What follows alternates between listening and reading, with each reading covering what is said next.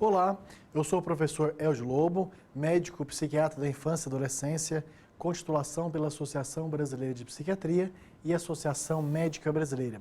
Esta é a mini aula Quais são os preditores precoces do desenvolvimento infantil? Trata-se de parte da divulgação do nosso curso de pós-graduação em Neurociências da Infância e Adolescência. Esta é uma pós-graduação lato sensu híbrida. Parte realizada à distância, onde você pode estudar do conforto de onde estiver, com acesso à banda larga, e parte ela é realizada presencialmente, onde tem várias vantagens, sendo uma delas a troca de experiências, mensagens e tirar dúvidas diretamente, cara a cara com os professores e ainda a ampliação do network, conhecendo profissionais de diferentes formações, já que trata de um curso multiprofissional de diferentes locais. E nós focamos tanto nas questões preventivas, interventivas e de reabilitação com suas interfaces jurídicas das neurociências da infância e adolescência.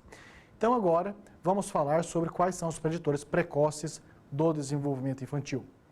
Então, quando falamos de preditores do desenvolvimento, ou seja, sinais, características, alertas, informações, dados, indícios de que um determinado comportamento, uma determinada alteração laboratorial, o exame de imagem, o relato de um dos cuidadores pode significar, pode alertar para um possível desfecho negativo futuramente. De onde nós, profissionais das neurociências infância e adolescência, precisamos compreender e usar essa informação o mais cedo possível, da maneira mais precoce, e aí gerarmos intervenções que previnam consequências, desfechos que sejam negativos para aquela criança ou adolescente. Então, preditores precoces do desenvolvimento, características da infância, são base e catalisadores do neurodesenvolvimento ao longo dos anos. Nós precisamos muito mais do que temos hoje de cuidado com crianças e adolescentes, precisamos aumentar ainda mais este acompanhamento, porque isso preveniria muitas e muitas consequências nefastas que acontecem futuramente e depois são muito mais difíceis de tratar, oneram muito mais o sistema de saúde, tanto público como privado, e ainda a pessoa, no caso aquela criança ou adolescente que não recebeu atenção devida, vive o ônus de dificuldade no trabalho, de limitação nos relacionamentos interpessoais, de uma performance aquém daquela esperada por seus familiares e pares. Então, muitas das mais importantes podem ser observadas antes do primeiro ano de vida. Quando nós falamos de avaliação do primeiro ano de vida, algumas pessoas ficam boquiabertas, parecendo que isto é uma tentativa de mágica. E não. É importantíssimo, são importantíssimas as avaliações feitas no primeiro ano de vida, periódicas, no sentido de averiguar, buscar, estarmos alertas de algumas condições que precisam ser o mais cedo possível avaliadas com subespecialistas em algumas situações e passarem por intervenções imediatas.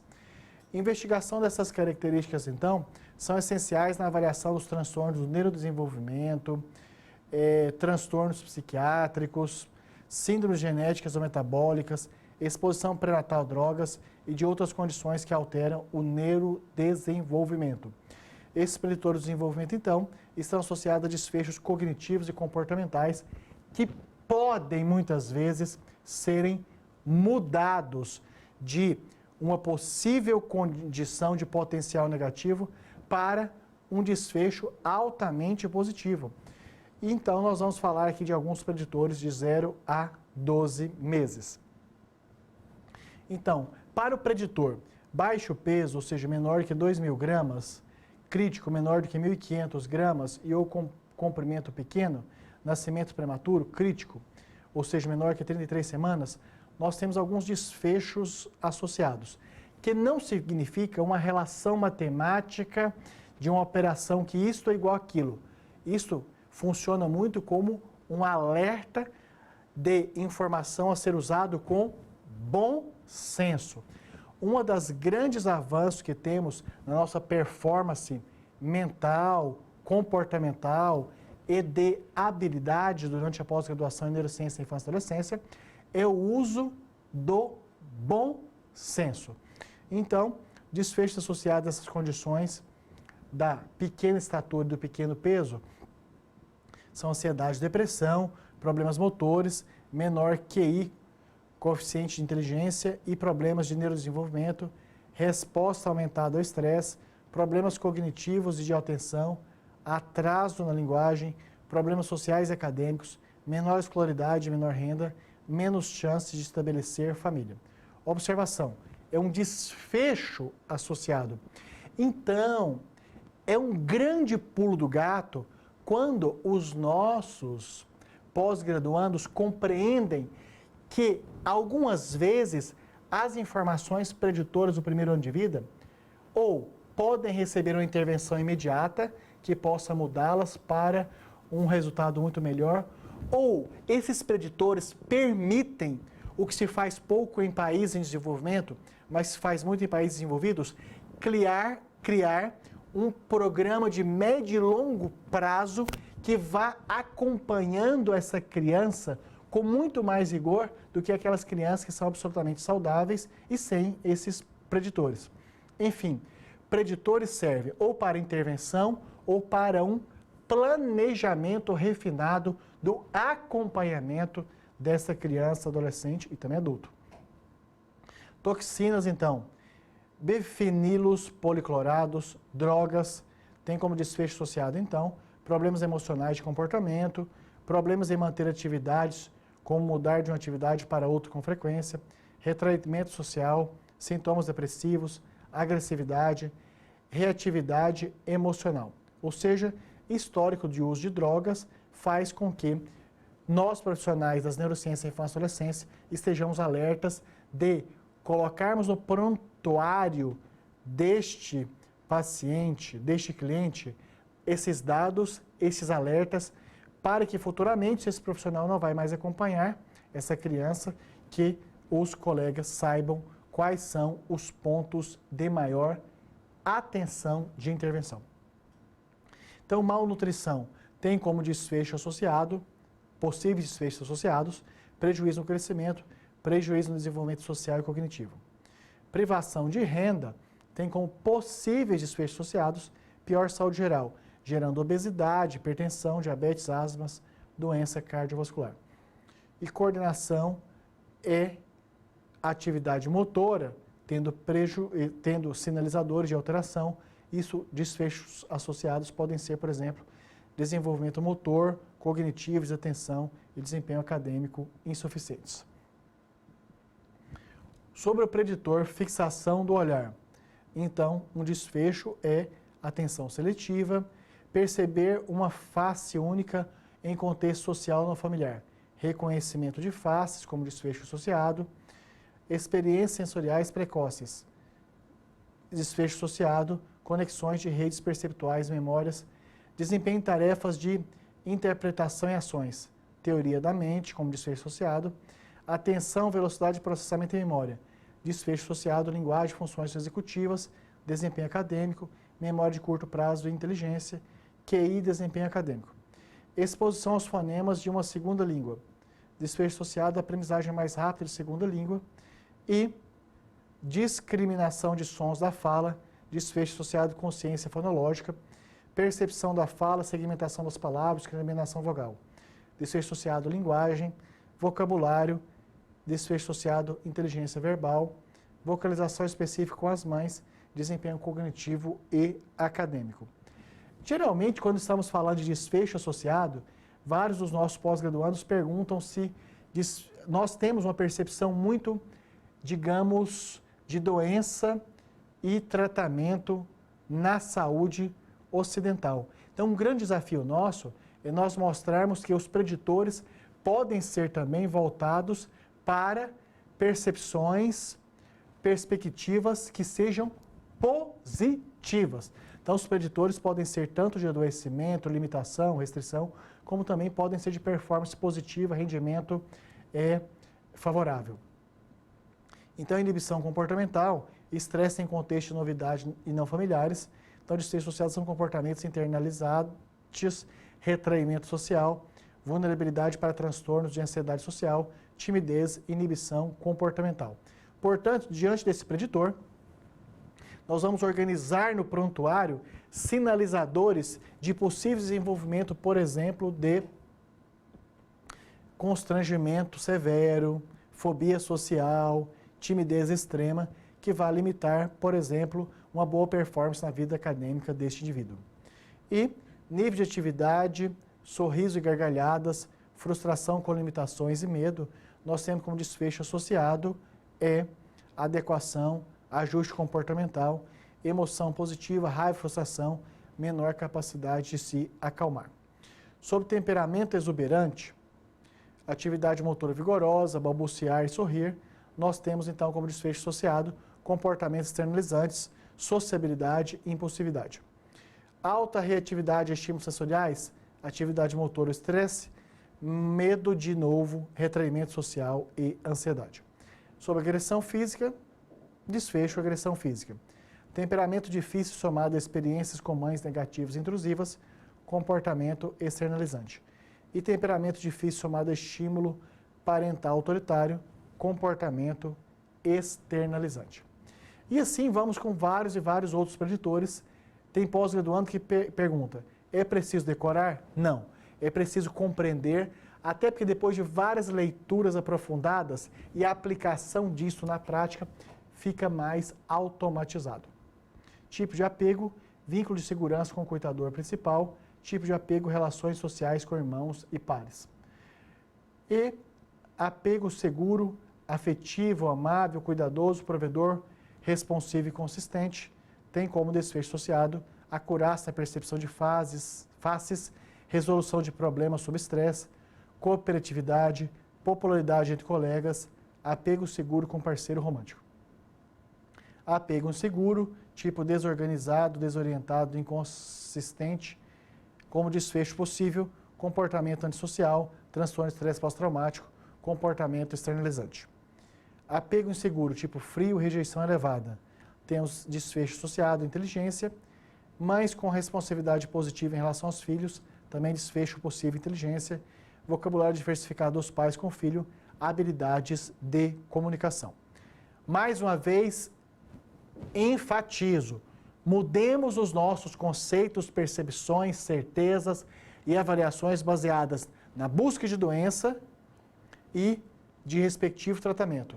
Nós temos em muito de mudar, isso nós fazemos em todas as nossas pós-graduações, mudarmos a percepção de profissionais da saúde voltada à procura de doença para tratamento, de sinais positivos também para a reafirmação de características saudáveis e de repercussões que sejam positivas. Então, mães que brincam de modos diferentes com os brinquedos da criança, desfecho a brincadeira simbólica, atitude democrática dos pais, ideologias liberais com possível desfecho, número de horas por semana na creche, problemas de comportamento e impulsividade, intensidade de sintomas depressivos maternos, comportamento antissocial e agressividade e privação social igual ou superior a 12 meses, por exemplo, tempo com famílias desestruturadas antes da doação, apego inseguro ou desinibido, não diferenciação entre adultos, familiares e não familiares, traços de autismo, maior taxa de transtorno de déficit de atenção e hiperatividade, baixo desempenho acadêmico, menor desempenho em funções executivas. Cuidados institucionalizados superior aos primeiros 12 meses. Prejuízo na identificação e nomeação das emoções. Percepção de intencionalidade, também teoria da mente, que nós vamos estudar com exaustidão. Enfim, passamos aí por dezenas e dezenas de indicativos dos primeiros 12 meses que possamos supor e a partir daí planejar, transmitir informação para os nossos colegas que vão continuar seguindo estes nossos clientes para que possam ter a melhor abordagem possível. Ou seja, informações do primeiro ano de vida deveriam ser as mais importantes dos prontuários médicos, de enfermagem, de assistente social, de psicólogo, de nutricionista, enfim, e de outros profissionais da saúde. muitíssimo importante. E, geralmente, nós notamos nas nossas aulas de neurociência da infância e adolescência que os profissionais ficam receiosos, com cara de dúvida, achando que nós fazemos hipervalorização de informações dos primeiros 12 meses de vida. Não, nós fazemos uma hipervalorização sim, e quanto mais forem aprofundando nesse conhecimento, vão notar que esta é uma fase da vida de informações imprescindíveis para o planejamento de saúde futuro. Então, essa é uma pós-graduação em Neurociência da Infância e Adolescência, altamente instigante, estimulante, desafiadora para profissionais que querem melhores condições de trabalho, reconhecimento e remuneração. Ou seja, existem muitas vagas em abertos em clínicas de pediatria, em serviços de ambulatórios de crianças e adolescentes, nos CAPs, Centro de Atenção Psicossocial da Infância, enfim, há uma ampla gama de possibilidades que podemos muito bem aproveitarmos em entrevistas de emprego, processos seletivos e concursos públicos para trabalharmos nessa área especialmente cheia de gratificações de pais, avós, colegas e futuramente desses próprios bebês, já que estamos falando aqui de avaliações no primeiro ano de vida.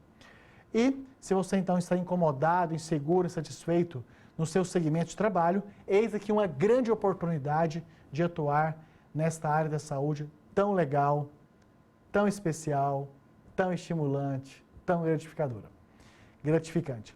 Então, os nossos cursos, nós facilitamos. São mensalidades de valor justo, ou seja, exequíveis de serem realizadas com professores do mercado, ou seja, esta é uma máxima que temos em todos os nossos cursos de pós-graduação.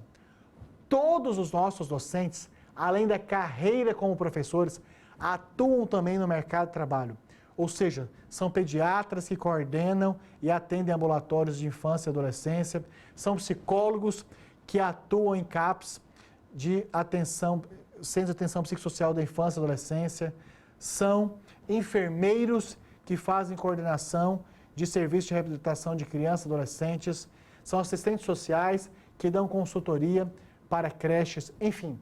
Nós temos uma ampla gama de professores que trazem o conhecimento científico atualizado, baseado, balanceado, harmonizado com as demandas, com as necessidades, com as suas práticas clínicas do dia a dia. Ou seja, os nossos cursos de pós-graduação são com professores que detêm, dominam os conhecimentos científicos atualizados e que já usaram na prática para saberem explicar muito bem aonde estão os meios mais positivos e mais limitantes de uso destes conhecimentos.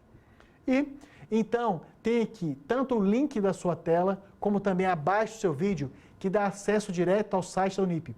Agora, por favor, já clique nesse link que está na tela e também aqui abaixo do seu vídeo e vão ter acesso ao site da Unip com informações pedagógicas, administrativas, financeiras. Desta parte financeira, eu já faço questão de avisar. Se você é ex-aluno da Unip, concluinte de um curso de graduação da Unip ou trabalha em uma empresa conveniada da Unip, vai ter acesso a uma política imediata de descontos. Se você não teve essas 3 oportunidades, ainda há uma oportunidade de facilidade para você aprender. Ou seja, há uma política de financiamento própria da Unip, sem a participação de bancos. Ou seja, mesmo você que vai cursar a pós-graduação nossa com duração de 12 meses, pode ser pago em até 18 parcelas. E as nossas pós-graduações de 8 meses podem ser pagas em até 24 vezes com a política própria da Unip. Isso facilita muito a sua imediata inscrição e matrícula na pós-graduação. Nós estamos muito disponíveis para prestar todos os esclarecimentos que ainda não tenham ficado claros, tanto por essa mini aula, como também nos nossos sites e outros informativos. Então fiquem à vontade para contactar-me diretamente pelo e-mail lobo@vidamental.com.br e também pelo telefone 11 99622 8835. Terei o maior prazer de responder seu e-mail, mensagem de texto, voz, WhatsApp. Assim como a nossa equipe, estamos muito disponíveis no cursos@vidamental.com.br e no 11 99 901 6189. E mais, quer falar diretamente na Unip? Ótimo! Há uma equipe grande e muito competente para tirar todas as suas dúvidas. Você de São Paulo, eu oriento a ligar no 011 2166 1066 e você de todo o Brasil no 0800 010 9000. Está reafirmado o nosso compromisso. Faça já a sua inscrição e matrícula aqui no link abaixo do seu vídeo e nós vamos oferecer-lhes uma formação de pós-graduação altamente qualificada para deixá-los muito competitivos e competentes para o mercado de trabalho. E dessa maneira, vamos levá-los a um nível de performance profissional muito mais além.